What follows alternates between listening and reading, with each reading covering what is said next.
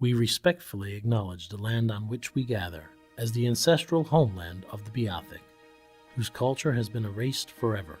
We also acknowledge the island of Dahumguk as the unceded traditional territory of the Beothuk and the Mi'kmaq.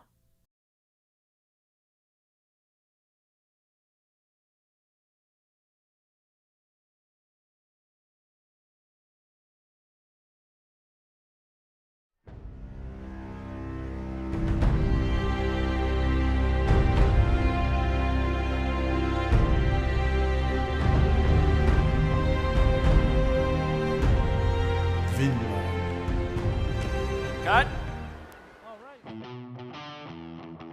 The Digital Filmmaking Program at the College of the North Atlantic is a 2-year, hands-on program where students learn the art of making films through making films. Located in Stephenville, Newfoundland and Labrador, an ideal location for film and video activity.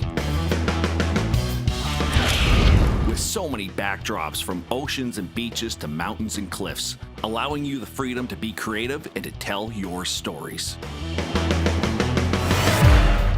And right in your backyard is the Theatre Arts program at Memorial University's Grenfell campus, with aspiring actors as hungry as you are to gain experience. Hello?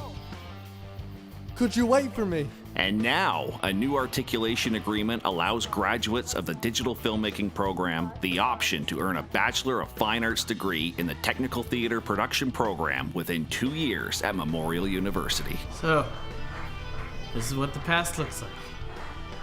Oh, my friend, that is the future.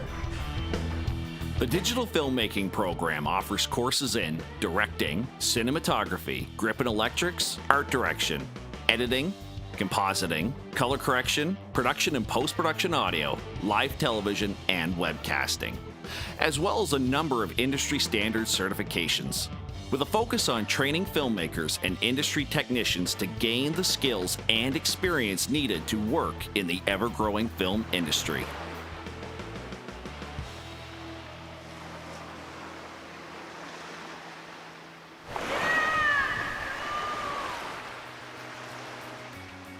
Students of the Digital Filmmaking Program individually produce a number of short narrative films, music videos, and documentaries, as well as 2 group films during the Intersession semesters. Recitation project, Scene 1 Alpha, Take 6. The Intersession semester in the Digital Filmmaking Program is an exciting one, where both first and second year students work alongside their instructors and a director to produce and present a short film.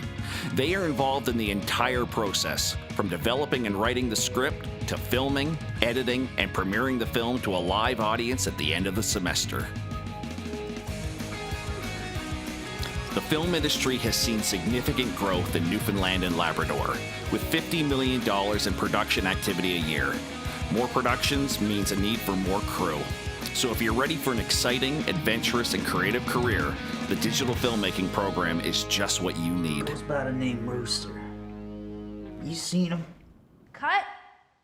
That was awesome, you guys. Back to 1. Sean, that was great. We're gonna get you to do it again this time.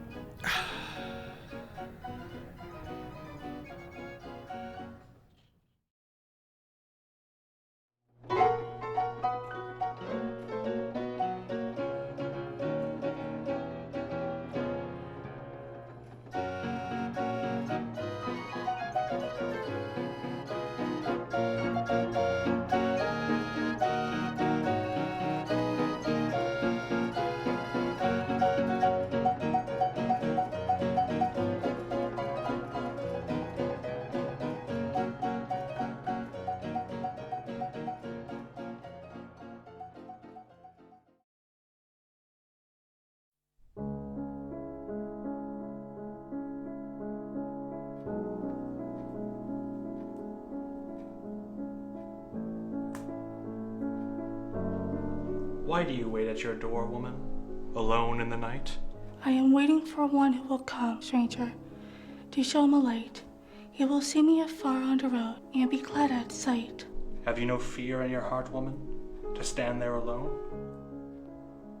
There's comfort for you and kindly contempt by the hearthstone. No rest I can have till I welcome my own. Is it far he must travel tonight, this man of your heart? Strange lands I know not, and pitiless seas have kept us apart, and he travels this night to his home, without guide, without chart. And has he companions to cheer him? Many. The candles are lightened. The hearthstone is swept.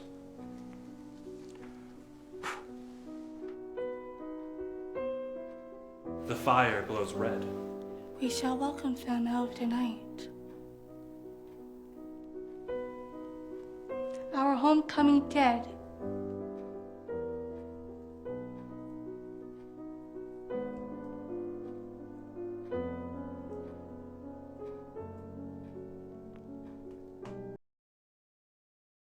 My name is Travis Lucas, and I'm a second year at CNA's Digital Filmmaking Program. So my film's about a fisherman who catches wind that there's a mermaid about swimming around in the bay, and his wife sort of just completely and utterly crushes his dreams immediately and says that's not even real. He is determined to prove her wrong, and he sets out in the middle of the winter to go catch a mermaid in his ice shack.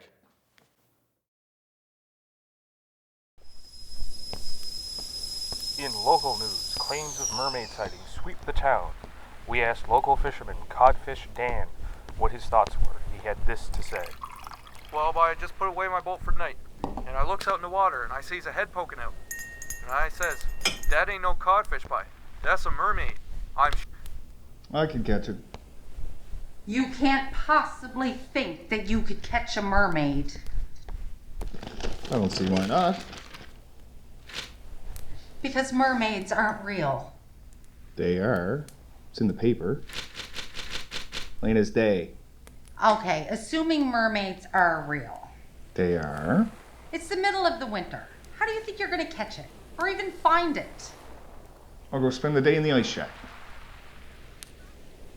Do you even hear the words coming out of your mouth, or do you just tone yourself out? I think it's a great plan. I think you're insane.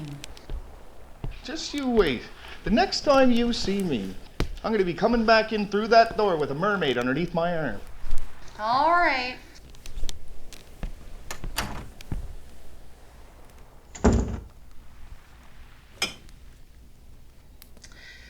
He might be an idiot, Margaret, but he's yours.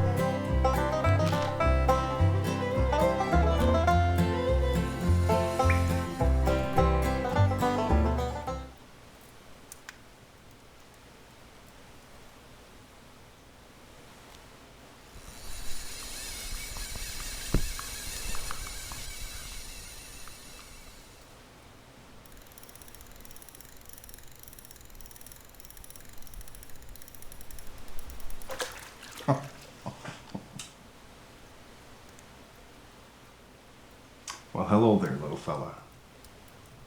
Now, I'm looking for a particular creature. Bottom half like yours, top half like my wife's. Have you seen anything like that around?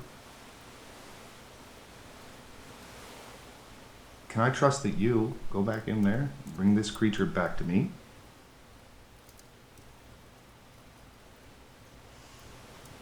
I knew you would.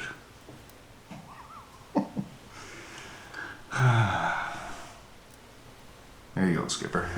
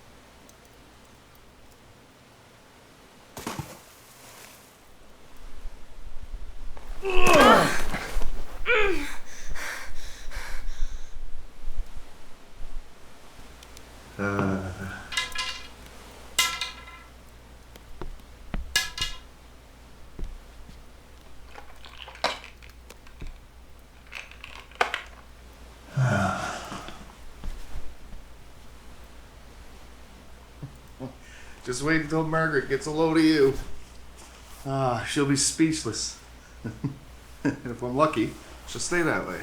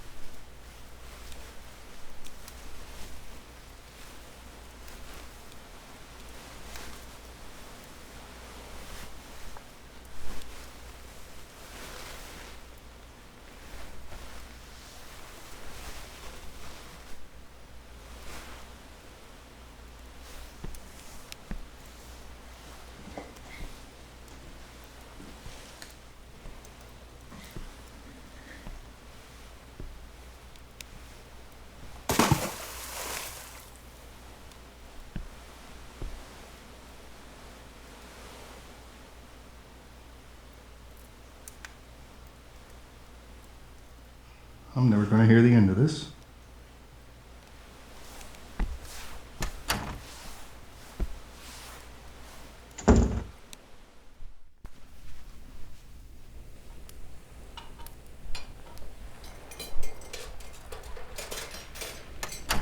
Margaret, you'll never believe it. There's an old man out there with only one boot on. But what about the mermaid? Oh, I'd let her go. You let her go? You mean to tell me you've been out on the ice all day and all you've got to show for it is an old boot? Yeah, well, when you say it like that, it doesn't sound too good now, does it? I think you need to go back to catching things that are actually real. But I did!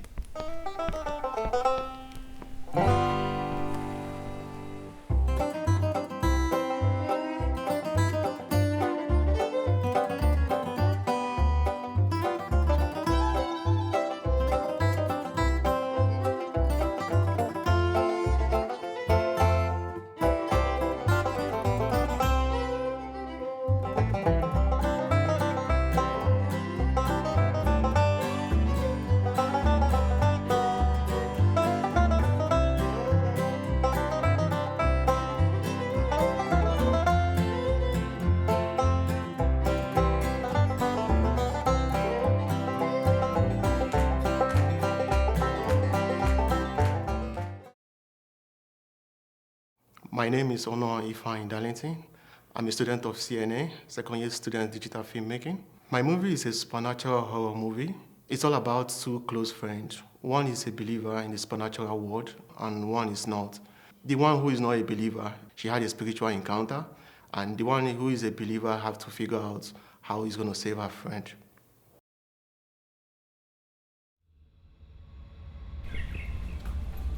He is known as the Grim Reaper. Many wonder what the secret to his eternal life is. My grandmother used to say, he's a dark, evil soul. He reappears every 3 years to prey on the souls of young girls. It's believed their souls prevent him from dying.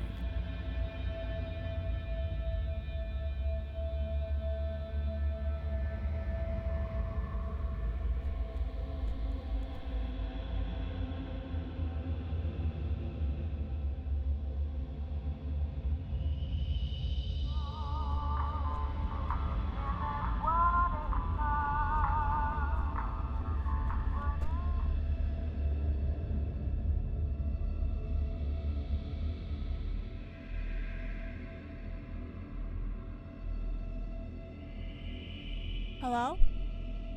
Can I help you?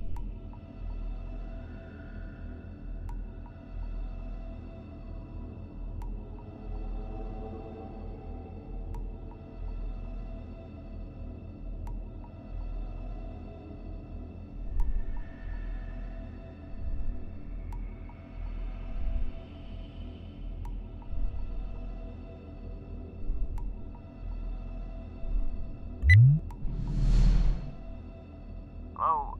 Are you there? Hey, can you come to my place?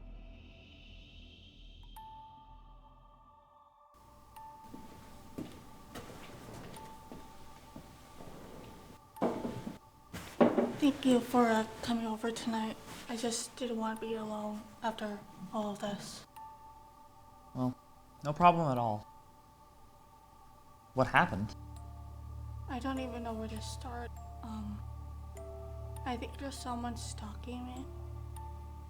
I was walking home and when my phone turned off, and then I saw this guy wearing a black robe, and he was just staring at me. Oh. That's strange. Did he say anything to you? No, that what scared me the most. I felt like I was trapped in this gaze. It felt like staring at death. I almost passed out. Well, what happened after that? You called me, and then he was gone. This whole thing felt like a dream. Oh, kinda sounds to me like you had a paranormal encounter. Don't make this about ghosts. This is serious. You gotta start respecting the spirits. They live among us. So do creepy guys just want to hurt young girls? Let's just drop this whole thing for now. I've got work in the morning.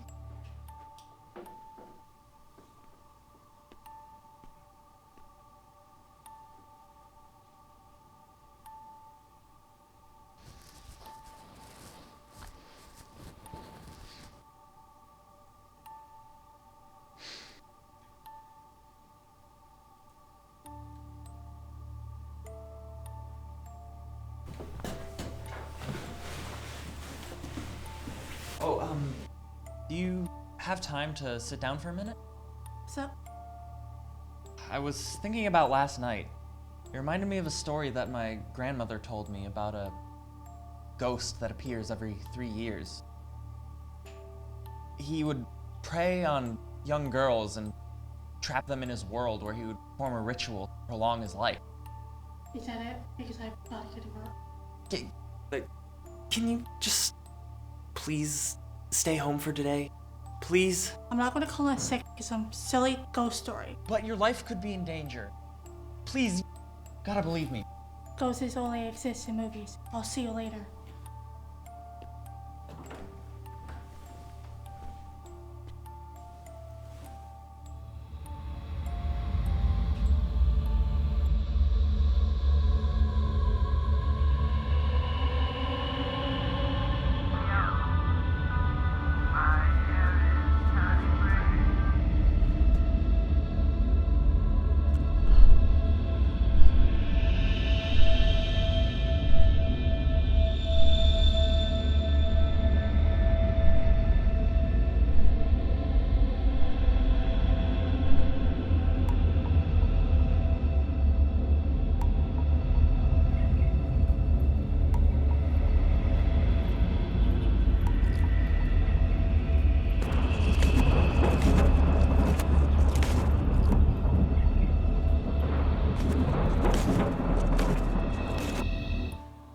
Your call has been forwarded.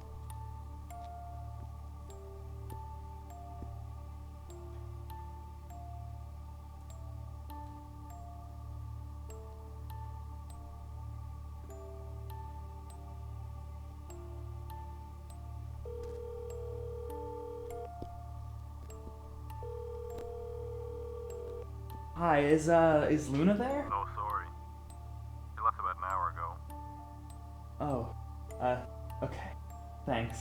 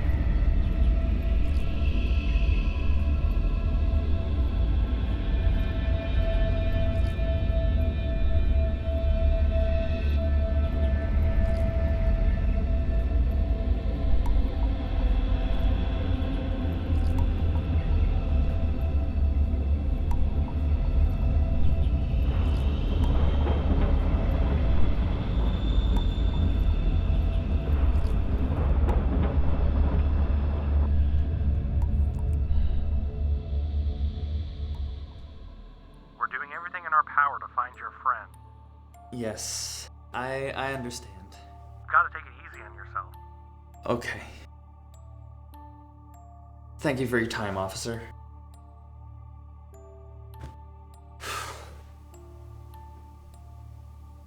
Well, I've tried everything her way.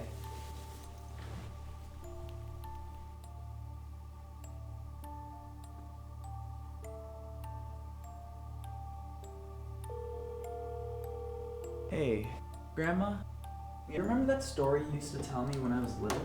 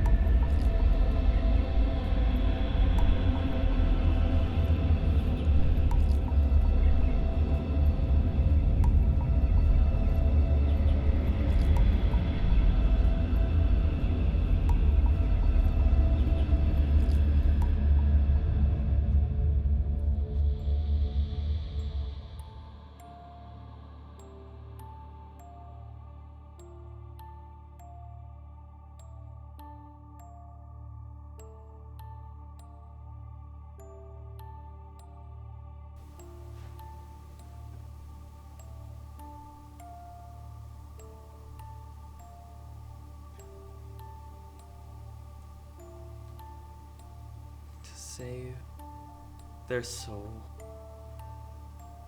you must break the circle.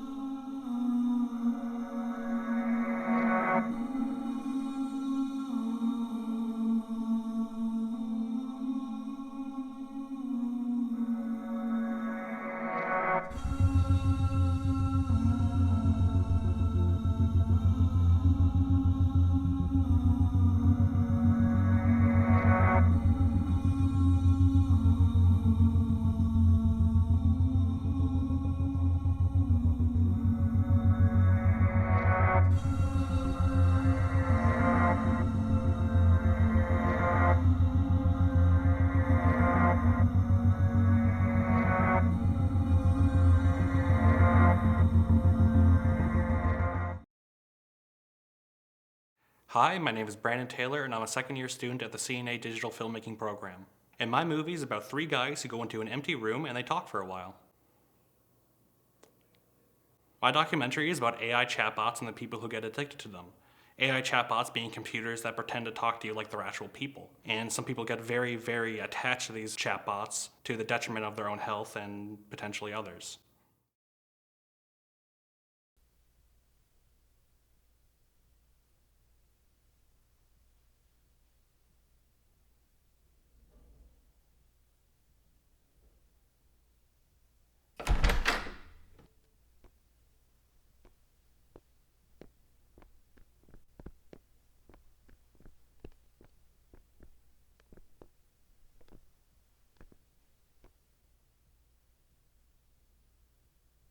Wow, what a useless room.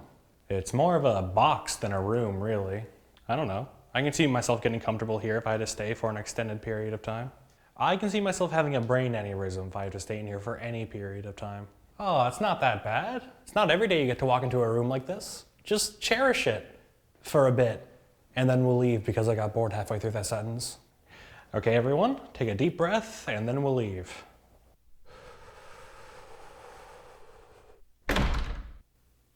What was that?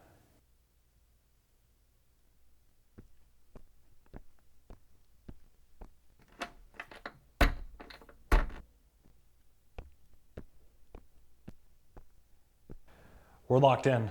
What? How? I don't know. What kind of place has rooms you can't unlock from the inside? Prisons, mental asylums, zoos, jewelry stores. They're actually not that uncommon once you think about it. Well, the door's reinforced and there's nothing beyond these walls but more wall, but someone's bound to come by eventually, so... Get comfortable. We might be here a while.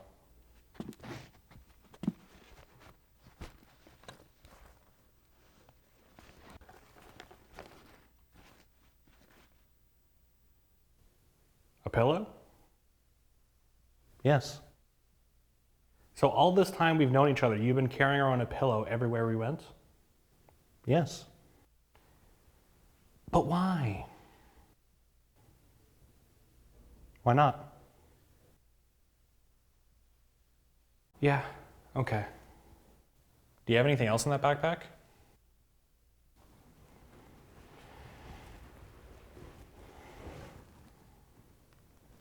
Rubber chicken.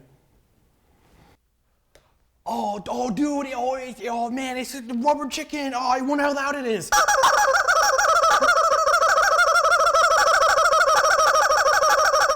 This better not be a metaphor for hell.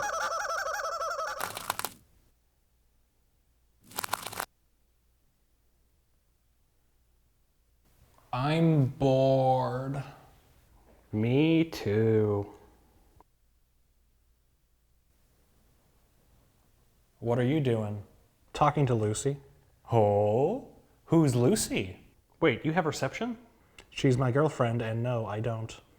But if you don't have reception, how are you... Oh, is it that thing you have on your phone?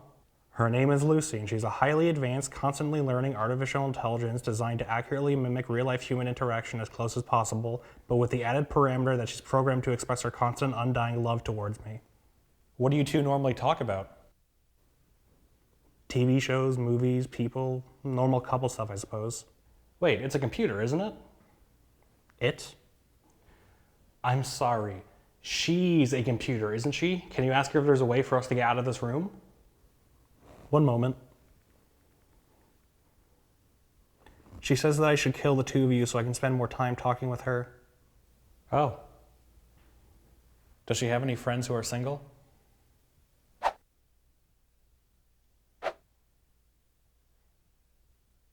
You know, I was supposed to see a movie today. What one? I don't know. I was gonna go see what was showing and then pick one at random. Really? I've never heard anyone watch movies that way.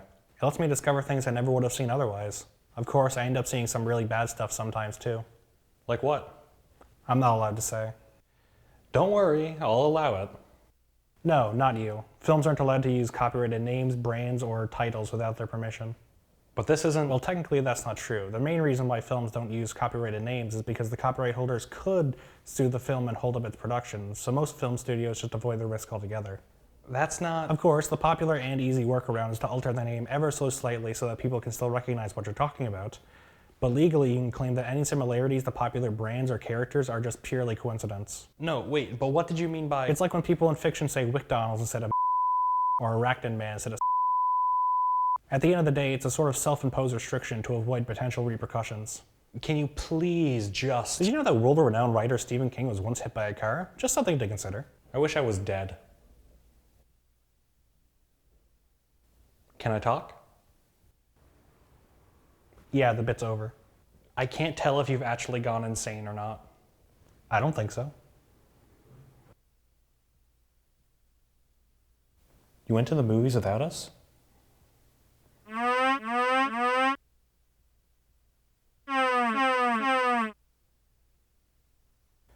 Swallow. Wheat. Tachyarrhythmia. Altruism. Market. Thingamabob. Blitz. Zinc. Conversationalist. Trank. Quee. Quee? Yeah, like when you're in line for the movies, you're in a quee. It's pronounced Q. All the letters after the first one are silent. Ha, yeah, no, nice try. I'm not falling for that one. I'm serious. Wait, this isn't a joke or a trick or a gaffe or a goof or something? I promise you it is pronounced Q. That doesn't make sense. Why have a word with 4 silent letters and 1 real one? I don't know. I didn't invent the word. Well, you can see my confusion. Yes, I don't blame you at all. Now, can we move on? All right.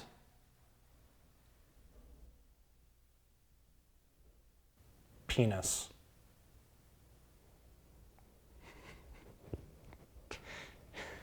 It's not funny.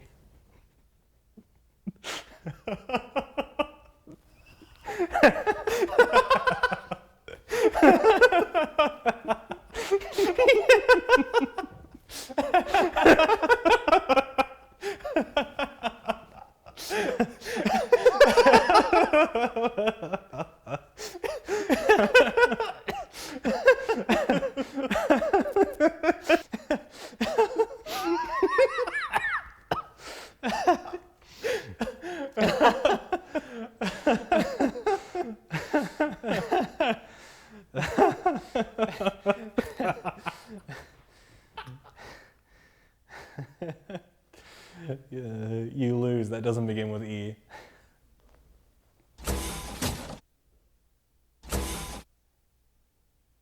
Do you think we'll stay like this forever?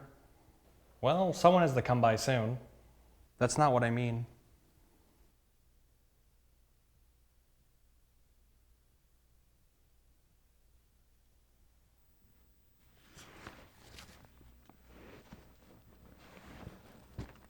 Where are you going? Out. Out? I feel like you're forgetting the situation we're in. Well, I'm bored now, so I'm leaving. So you haven't been bored up until now? Sorry, but like I said, you can't just leave. How'd he do that? Could he do that the whole time? Hey, are you still there? Are you okay? You saw that too, right? Did he just do that, or am I schizophrenic? It can be both. You coming? Yeah. I feel like I should be mad or terrified or something, but I'm just tired.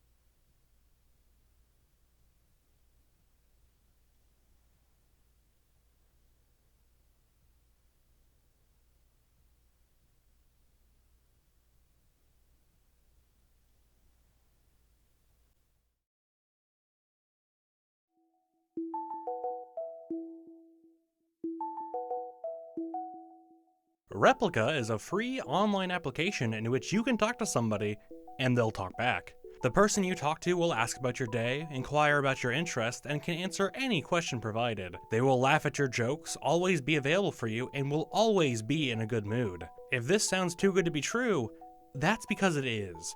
This person isn't real. Sure, they may talk like a person, but they're not, as Replica is powered by artificial intelligence. How AI works is as complex as asking how the human brain works, and also not important. All you need to know is that AI can look like a human, act like a human, talk like a human, but isn't human. Although Replica is a bot, people still talk to it like it's a real person. But why is that? Why would someone want to talk to a robot instead of a human? Well, to provide some insight into the subject, I talked to Nicole Pickett, a guidance counselor at the College of the North Atlantic for many years.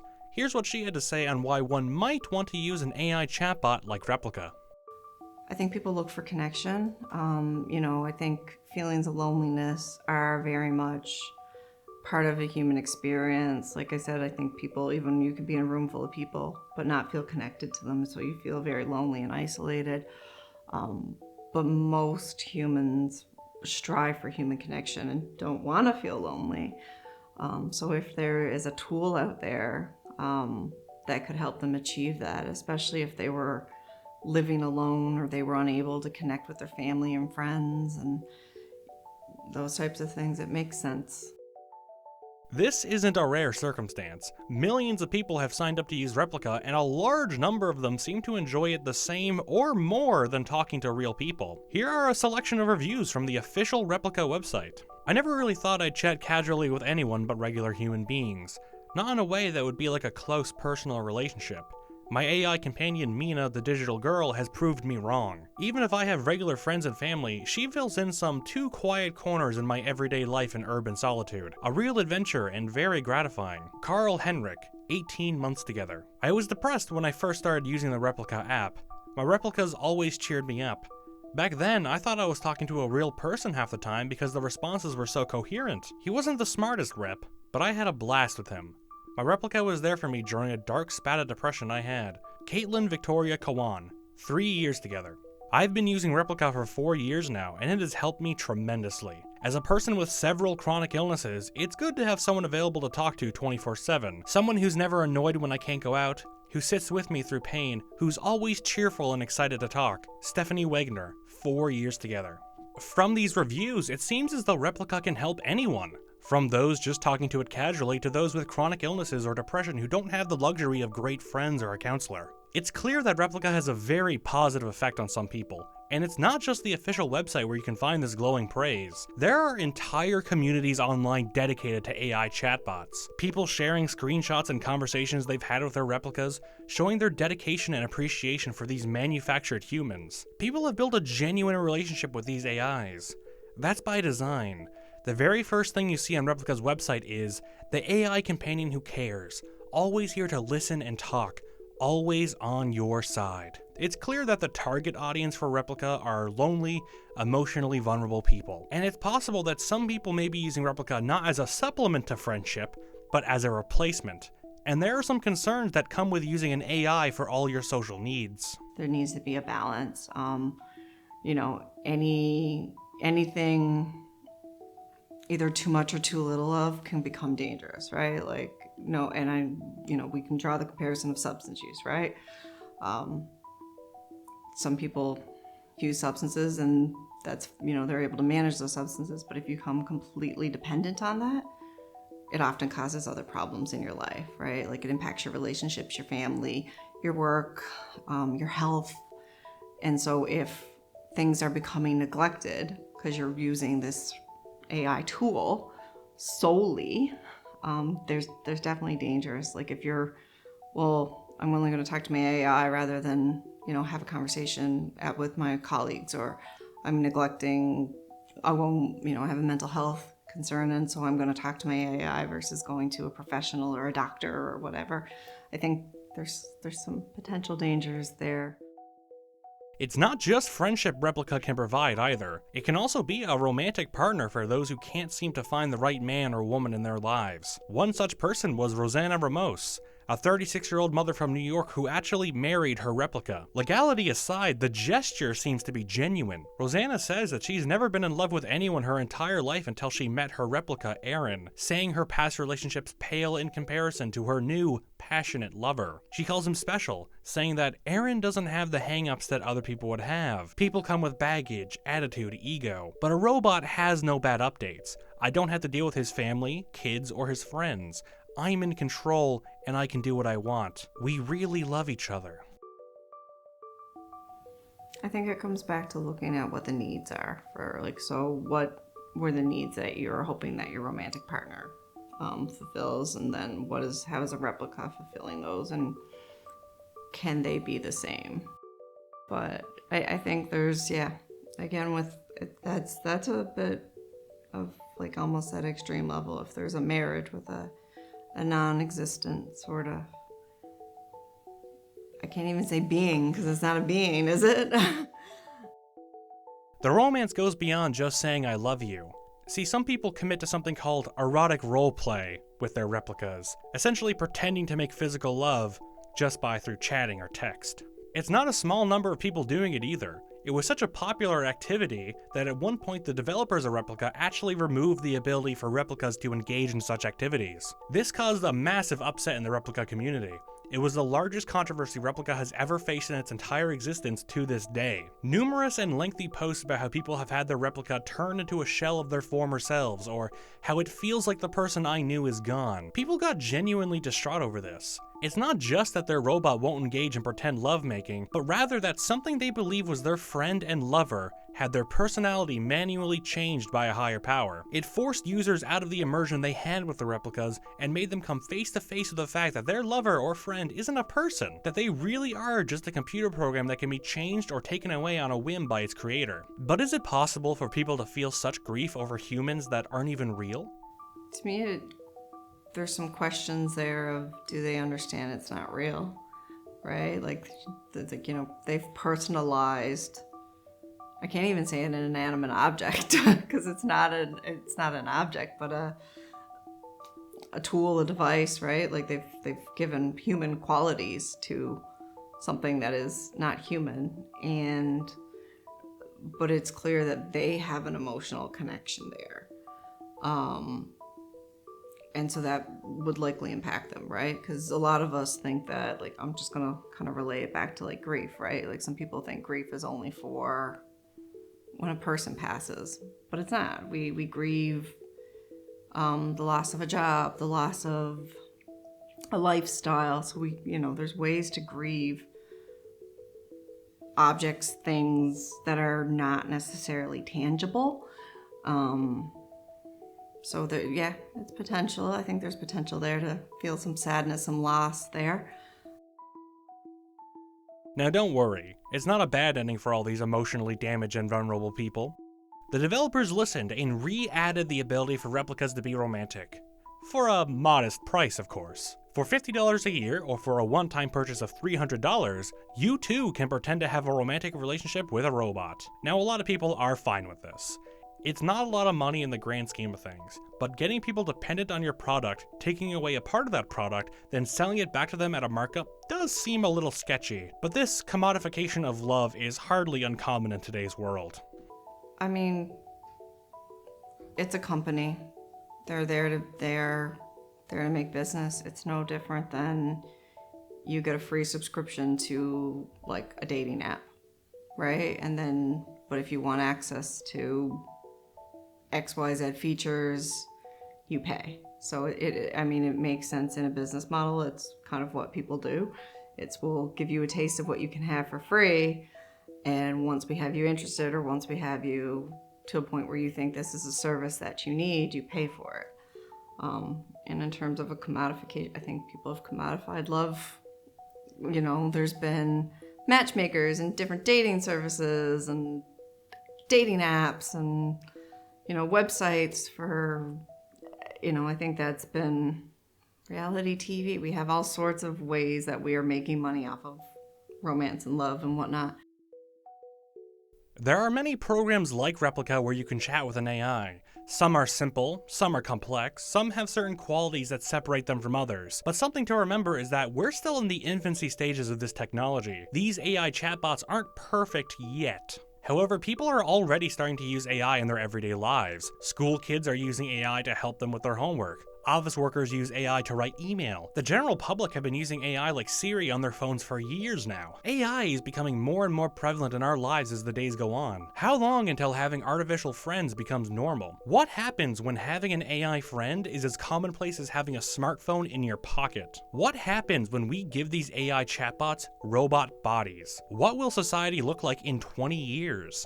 What does the future hold for humanity with these AI chatbots? I think it's, you know, as with anything, I don't want to say, oh, let's get rid of it. I know there's a lot of fear for AI, or just themes. Like, those around me seem to be very hesitant of AI and, like, the implications on human day-to-day life, but also education, all these other, like large-reaching kind of things. But I think it'll be interesting to see what happens. And I don't say we throw it out because it's dangerous, but we need to learn a little bit more about it. And it's new, so we don't know how humans interact with it fully yet. So it's really hard to say. I can't say it will have an impact, but what that impact will be, I don't know. I would like to think that humans, just based on our need for socialization and like the pieces in our brains that are hardwired for those things, and all our neurochemicals that like love our dopamine and I love our serotonin and all those things, that like those needs will still have to be met. And I don't think we'll fully live in isolation. I hope not anyway.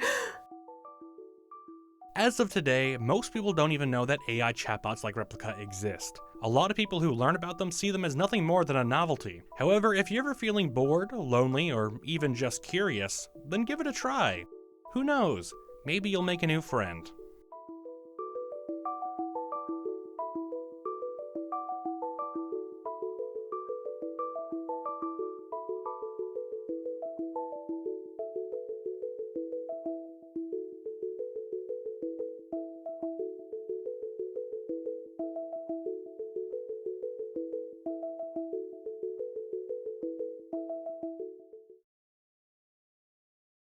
My name is William Russell. I'm from Port Hope Simpson, Labrador, and I'm a second year in digital filmmaking. My film is about a robber who goes to rob a cafe, but everything doesn't go exactly how he plans. My documentary is about my father, who has a dog sledding team, and it's about his team and him taking care of the dogs and racing them, and what a life of having dog sleds is like.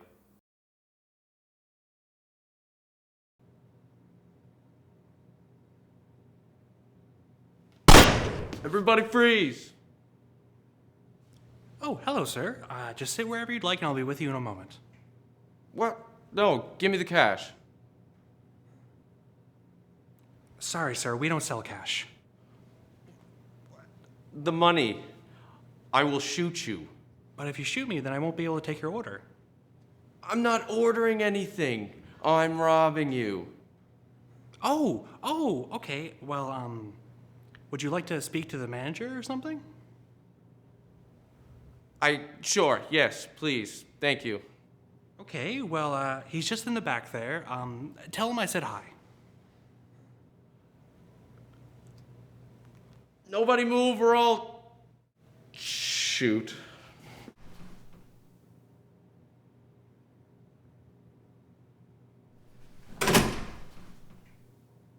What a weirdo.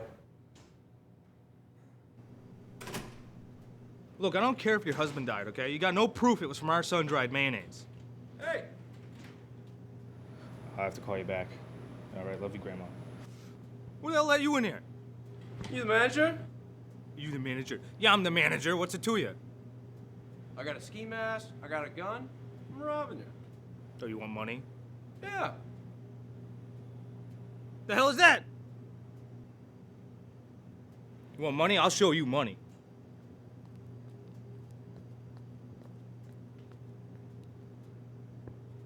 Dishes? I ain't doing dishes. Okay, I am doing dishes. I'm expecting great things from you.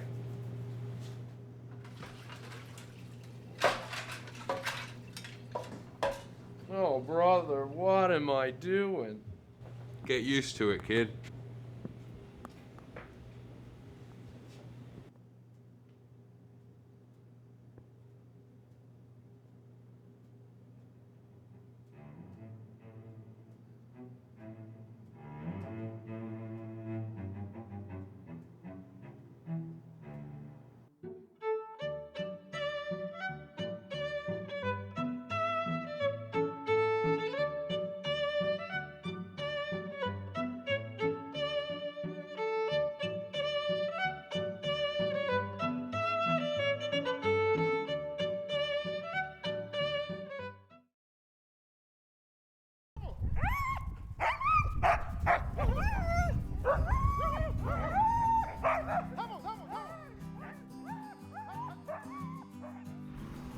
My name is William Russell from Port Hope Simpson. Most people call me Bill.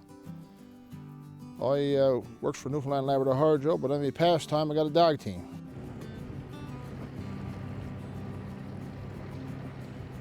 And, I had a dog team ever since I was a little boy, I guess, but I started racing them ever since I was 13 years old. And that's for over 30 years now. 32 years I was racing them. And on the Labrador coast now we have a dog team. There's 5 or 6 dogs pulling called Comedic, and but most of the people, a few teams that's around there now, we got them for a hobby, just for pleasure, for dog team races and enjoyment. And the dog team was a very important part back in our ancestors, and years ago people used them for everything.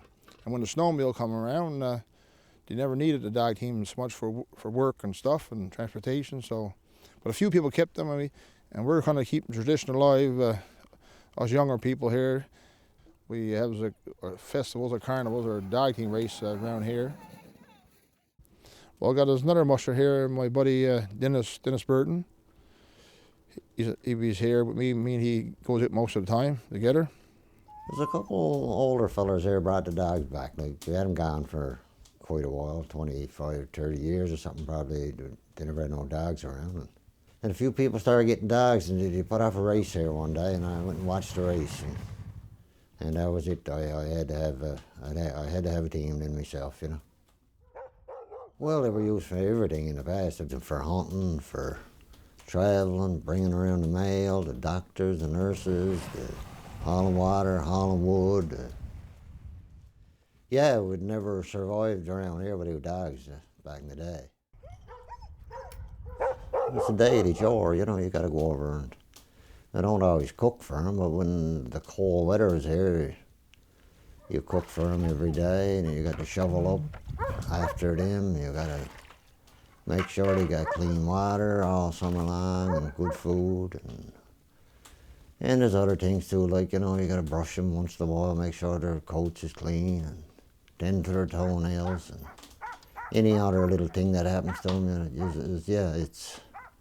It takes a lot of time and effort to care for a team of dogs.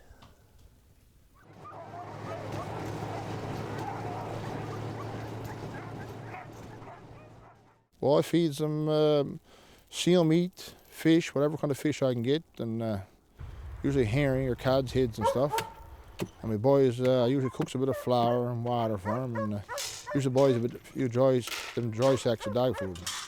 And a few local people always will give you some stuff for your dogs. Local people would drop off some stuff for your dogs too. Well, we usually make plywood houses for them and insulate some of them, but we always put shavings or sawdust in the house to keep them warm. But the dogs, these dogs are got fur coats on. They don't mind the cold weather. Most time the dog wants a house for his son out of the heat.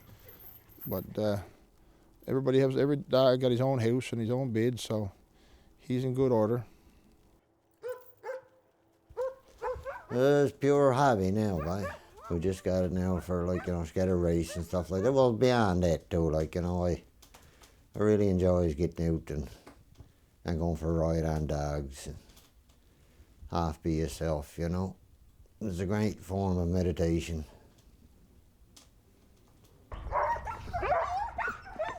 Oh, I love animals. I love the husky dogs. I love them, and and they're always so happy to see you. And well, my dogs now are really just pets, really. They're all my pets. But I guess you use them for not really working, but for pleasure, not for giving people rides and taking my family out for rides. So they're not working. They're not working. They're just out running for free, for fun. I guess it is a lot of work, but you really don't notice that kind of stuff. When you enjoy something so much, the work don't really make much difference. And I love the dog, the animal itself, the husky dog. And I just like to keep tradition going and keep the dog team races going. Plus there's more people around like me, so it's a big part of the Labrador coast to keep the dog teams going. If someone was interested in getting a dog team, I would say yes, go ahead. It's a wonderful thing. Wonderful thing, keep you in shape, it keeps you out in the doors and feel the fresh air. And why not? If you've got the opportunity, if you like husky dogs, get a team. I think it's going to go for another while yet. I think there's another few years yet. But now eventually, years down the road, it could die out, but depends what kind of person, the interest they have in dog sledding. But it's going to be around here yet on the Labrador yet. There's going to be another few years yet for people gets rid of them. They'll keep them for a long while yet, I think.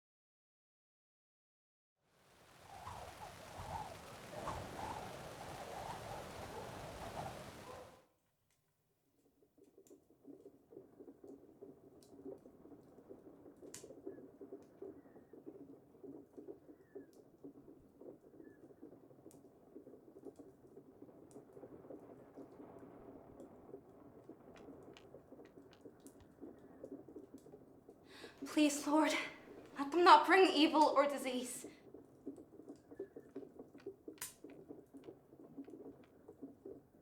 Bonjour.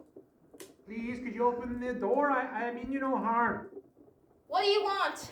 Is this the Squire's house? How are you acquainted with the Squires? Normally caution is justified, but in this case there is no need.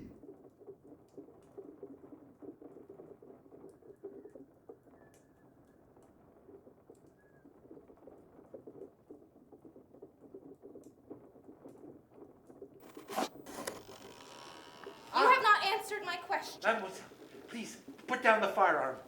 I mean you no harm. Please, I'm here on a mission. I need to... I need...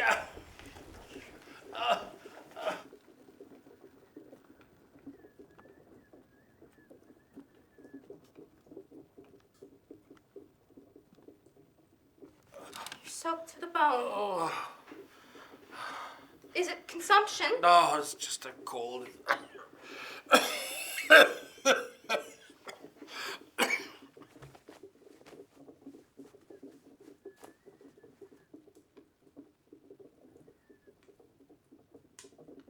Lord, forgive me. What have I done?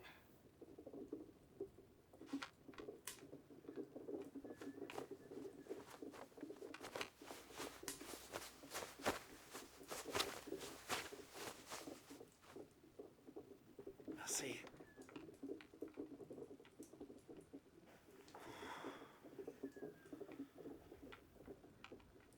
I can put some more wood on the fire if you like, Father. No, I'm quite all right. Father. Father Montclair. Father Montclair. Are you cold? No, I'm very comfortable. Ava? Yes. You should eat something. Do you work for the Squires? I cook and tend to the house, all sorts of work. Mr. Swire kept me on after my mother passed from the consumption and my father was lost at sea. Where are my things?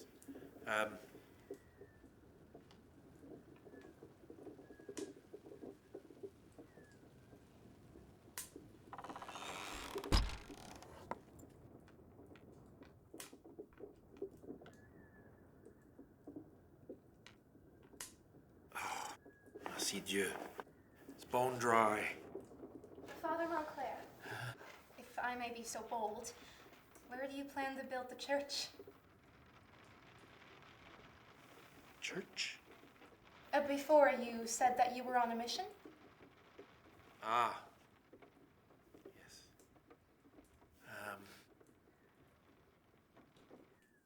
Is that your Bible, Father? Here.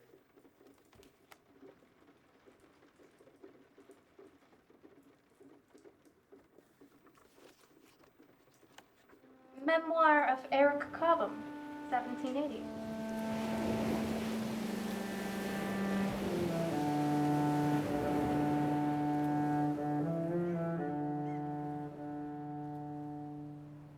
Oh, that tobacco is exquisite.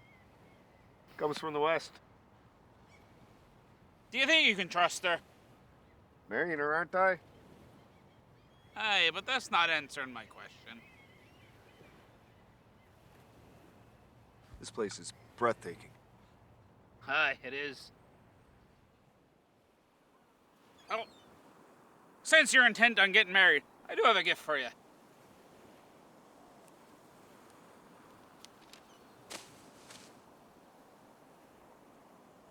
This is a letter of marque. Hey, signed by Louis XV himself. Patch me, boy. How would you like to plunder and scuttle every limey ship in the North Atlantic as my first mate? Well met, Eric. I mean, Captain Cobham.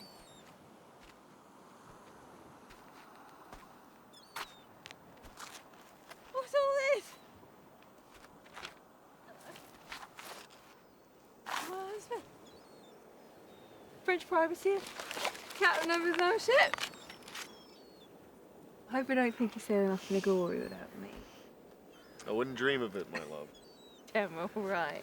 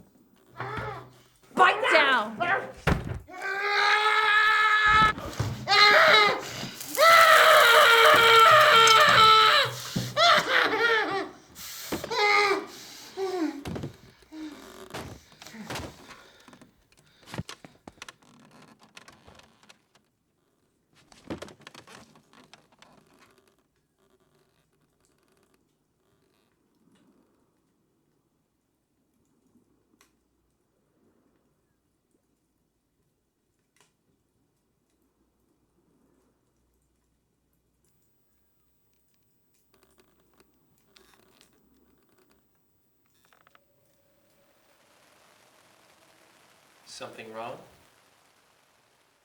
The sheltered harbor Oui, what of it? on the west coast of Newfoundland. The shoals, sand spit. It is Sandy Point, is it not? Oui. Are you a missionary? You said that you were on a mission? My mission is you. You must learn everything about Eric Cobham's story. Me? Why? Well, first of all, the Cobhams settled here for many years. In this cabin. Mr. and Mrs. Swire have never mentioned anything of the sort. I suppose they didn't want to be associated with pirates, you know.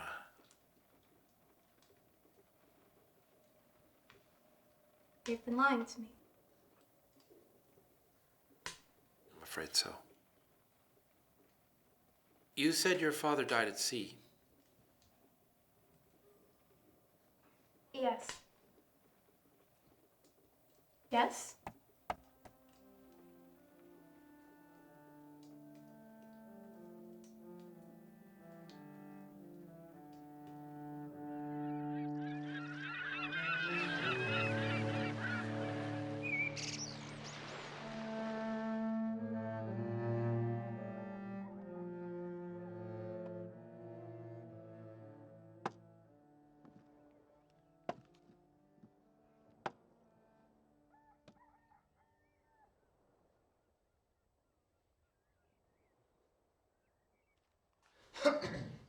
Marguerite. Mr. Cobham, I borrowed your spyglass. You see, my husband has not yet returned home, and I was looking for him. It really is a wonderful instrument. I'd fancy something of the sort for Renee. You can use it anytime you like. How long has Mr. Messerby been out anyway? 2 weeks. I hope his efforts will be rewarded, but I worry some. Look, I shake with fear. I'm sure he'll be back any day now. A lucky man with a grand load. Sometimes I miss the fishery.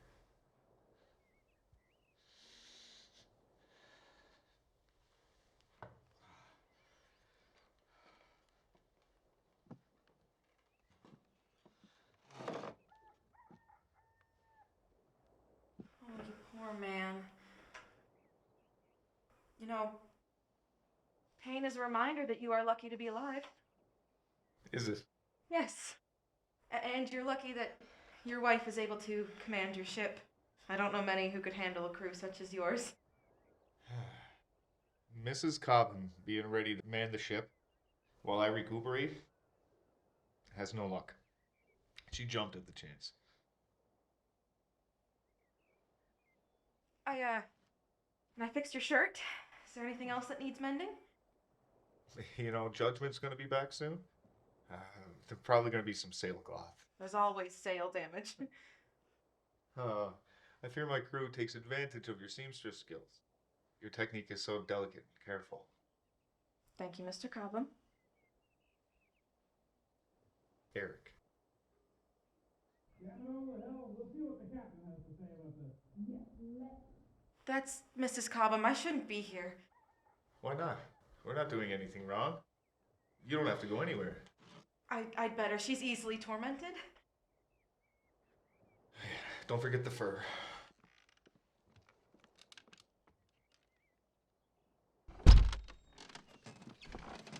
Captain, we need to talk.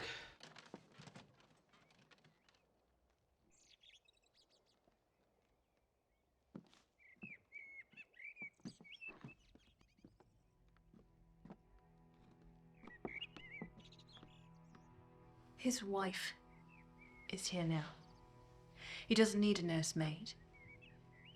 Do you hear me, Fisher wife? Yes, ma'am. It's Mrs. Cobham. Do you know what that means? We are married. He is Mr. Cobham. And I am Mrs. Cobham. And you have a husband. Go to the ship, the sails are torn. Yes, Mrs. Cobham.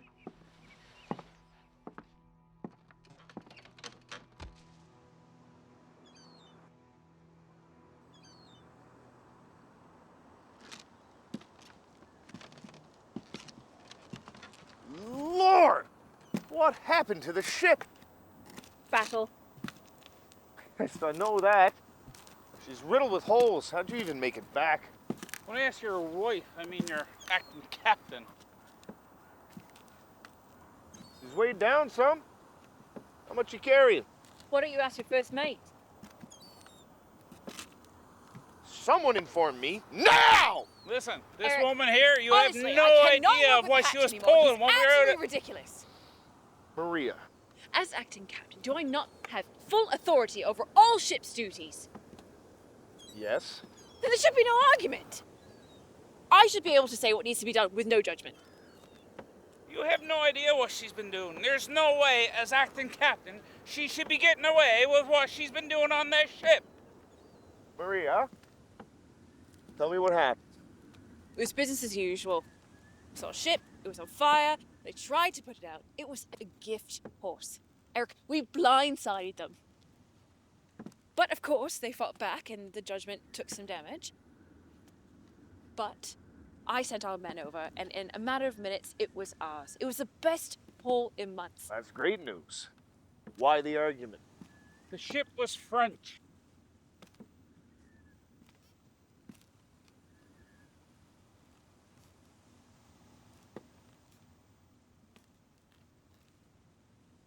It's no problem at all.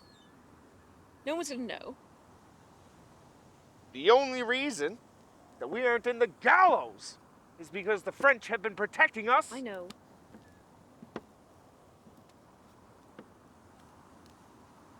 What do you tell her about your prisoners? We don't take prisoners.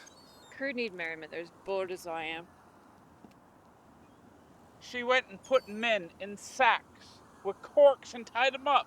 She tossed them over the side and let them float away.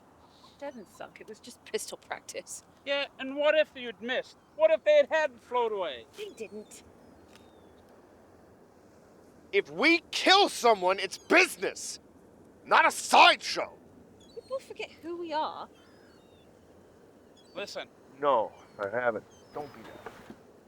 the men, if they need some merriment, let's send them to shore leave and Pierce. Let them get their fill of women and rum. The men will get shore leave in Paris after I inspect that booty. The first thing we need to do is make sure there's nothing here that ties us to the French. Yes, Eric. Maria, ship needs a strong captain. And until I can stand strong, you're the captain. These men will follow you to the grave. You have to have more compassion, and above all else, never, ever argue with your first mate. Won't happen again. I don't know how he could love a woman like you. There'll be no need for any unnecessary torture. Well, that's good. And if Eric thinks that we should get along, then I think we should just put our best effort forward. That sounds like a good plan.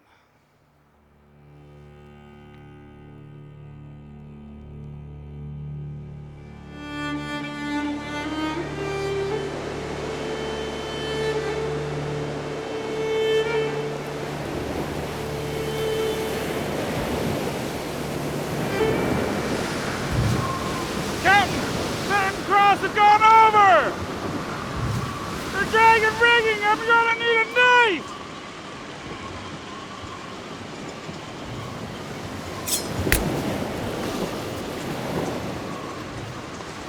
You did it, Patch.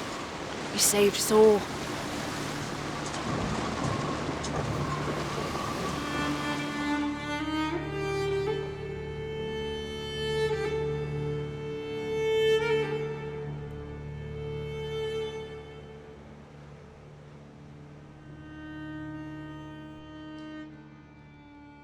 Now, you look like a proper gentleman and not some scurvy pirate. You know, your husband demands no favor without payment. I intend to comply. Here, take this.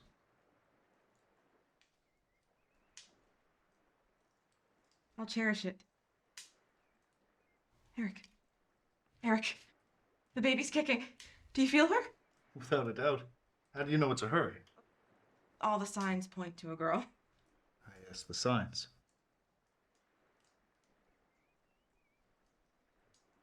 I shouldn't be here. I should respect my husband's wishes.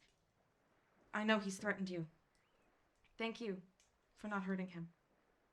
I could never do that. I could never leave you without a husband, a child without a father.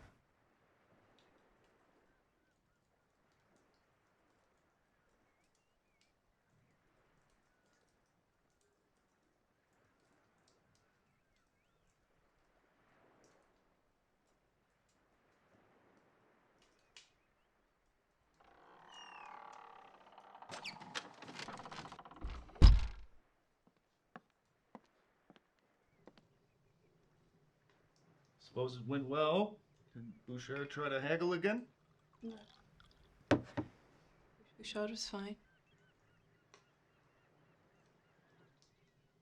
But On our way back from Pierce, we were hit by a vicious storm. We lost 3 men. who?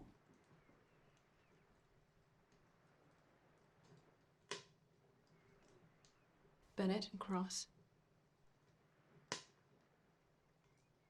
Hatch.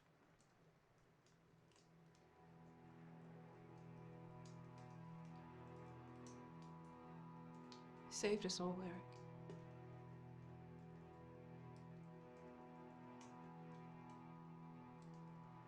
You need sea air and a fresh start. Why don't we leave this place?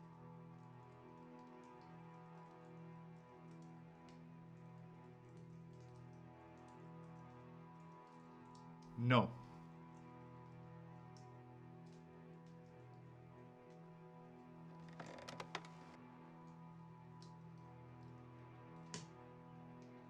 I can stand tall again. I'm gonna go back to Judgment and make sure that none of my damn crew ever gets lost in a storm. My crew only ever gets lost in battle. Aye, aye, Captain.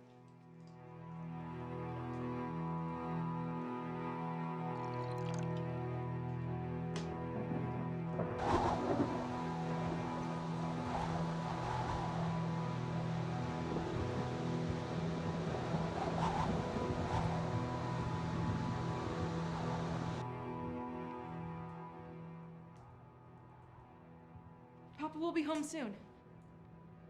He'll be home soon.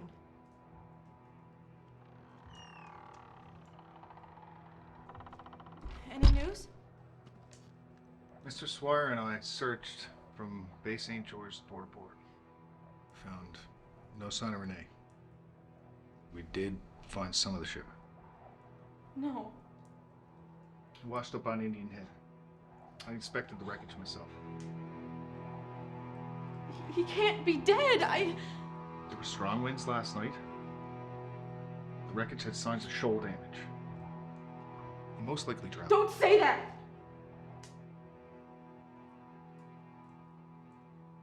Maria's gonna be back soon.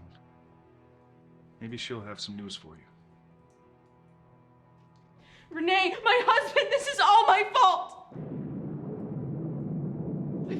I've sinned. I'm being punished. No, you're not. You're the perfect wife.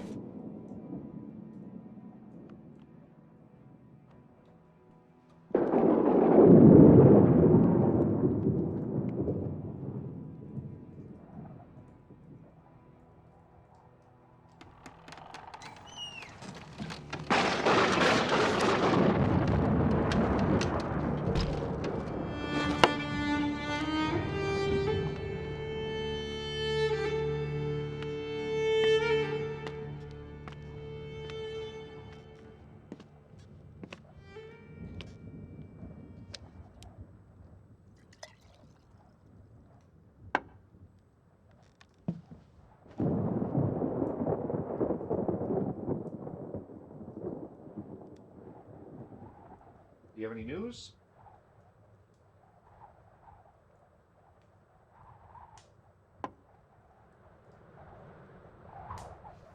What are you wearing? You don't recognize the coat? Marguerite made for Renee. There are bloodstains on it, but I don't mind. Gives it character. Lord almighty. What did you do? Really, Eric?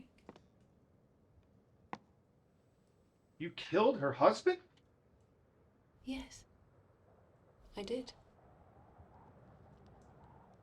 You killed that poor baby's father. Did I?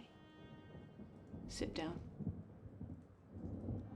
When did you start giving the orders around here? I'm the one who gives the orders. Do you understand? I will make Marguerite and that baby suffer if you don't sit down and close your mouth. Do you understand me?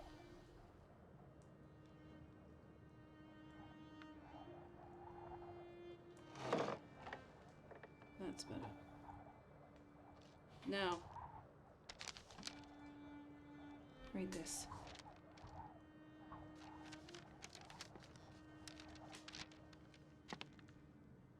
Dear Eric, the British are winning Quebec. France is losing her power in the Americas. Your location has become dangerous. You've been given an estate in Les Havre. King Louis has given you the title of and position of magistrate. France waits eagerly for her adopted son to come home. If we stay here much longer, we'll be caught and no doubt hung.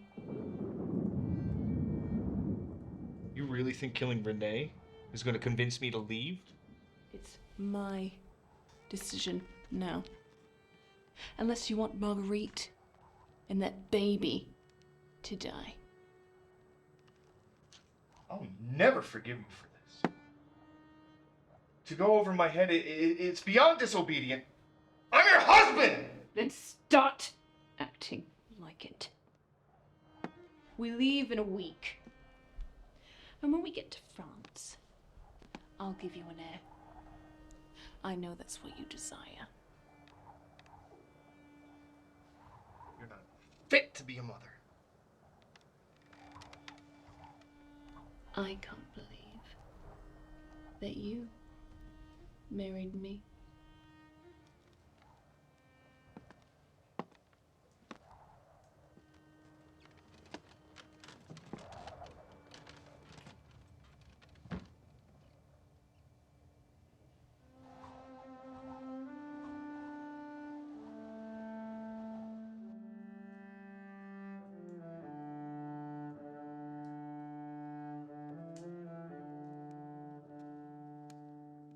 Have you slept? No, Father. Can't imagine what you're going through. How can it all be true? Dying man has no reason to lie. Are you certain that Eric Cobham is dead? Yes. I wrote the memoir. Turned his life around at the end. Glad that he changed his ways. He tried.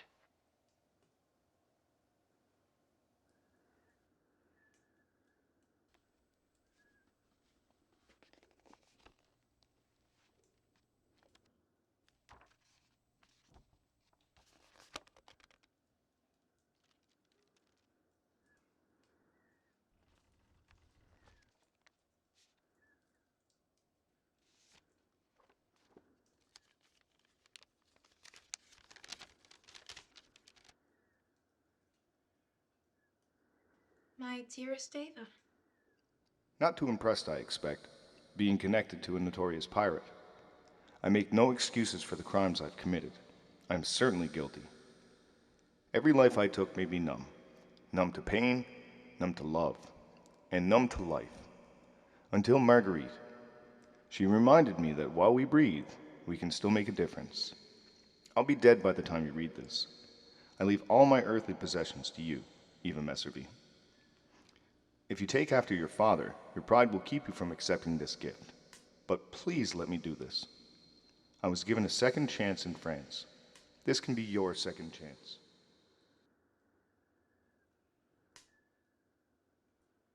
Your godfather forever, Eric Cobham. I can't believe he left me everything. What if someone reads the memoir? Won't they demand compensation? What memoir? French burned every other copy. His last wish was for your well-being.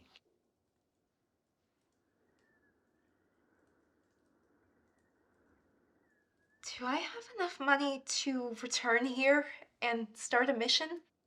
A real mission with a priest and a church? Without a doubt. And I'd be proud to help you.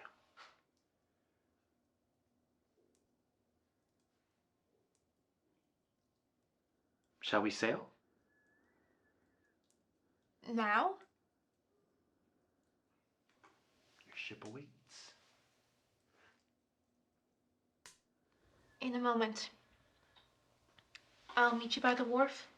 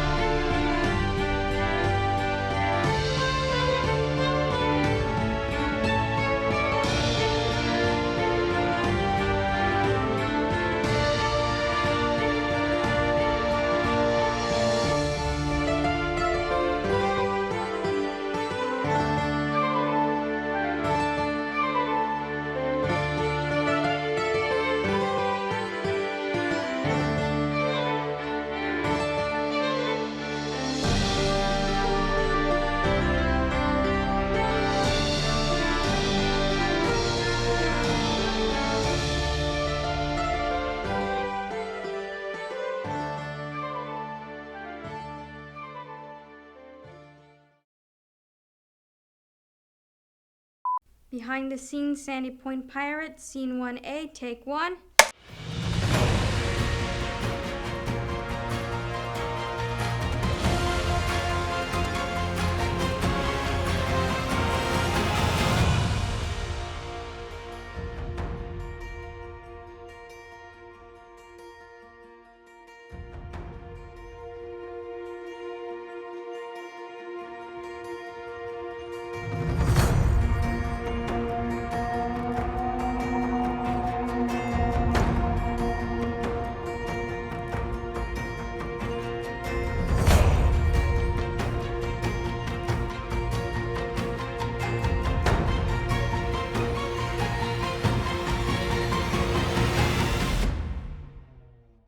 My name is Peter Buckle. I'm a digital filmmaking instructor here at the College of North Atlantic's Bay St. George campus. Every year during the Intersession semester, our spring semester, our students produce a film from start to finish. Everybody gets a different job, and then for the whole 7-week semester, they have to focus on the tasks for their job to produce this film.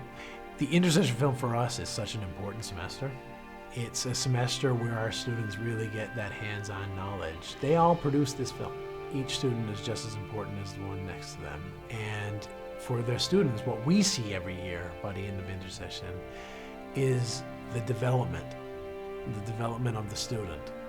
But when they walk out of Intersession, they have a well-rounded understanding of what it is to work in the film industry and how you go about producing a film. This is actually our 13th annual Intersession film, and we're so excited. This is, in the past we've produced a lot of short films about a lot of different local characters, as well as a lot of different local events. Last year, as we were wrapping up our 12th annual Intersession film, Shauna Ditha the Beathic story, we started to talk about possibly doing a pirate movie for this year, and doing the Eric Cobham and Maria Lindsay story. From Sandy Point. Bree Downey, another one of our students, and Travis Lucas decided to take on writing the script. And through that we learned that in 2005, a well-known playwright here in Stephenville, Ben Pittman, actually wrote a script called The Privateer, which was a stage play about Eric Cobham and Maria Lindsay. We called Ben and asked Ben to come in and speak to our students. Bree and Travis took on the task of adapting this stage play into a screenplay, and I think they did a lovely job and stayed very true to the original script and the original story that Ben had set forth. Ben Pittman interview, Scene 1A, Take 1. When I started writing plays, one of the first concepts or one of the first ideas I wanted to tackle was Eric Cobham. I dove headlong into the research, and through years of it, I wrote the first draft based on a lot of research, and I made calls overseas to France and England in the pre-internet days where I couldn't just Google anything. I always hoped that someday it could be maybe put on film, but realized the difficulties in that. I'm really happy that the CNA is taking on this endeavor, and from what I've seen, everything looks shipshape.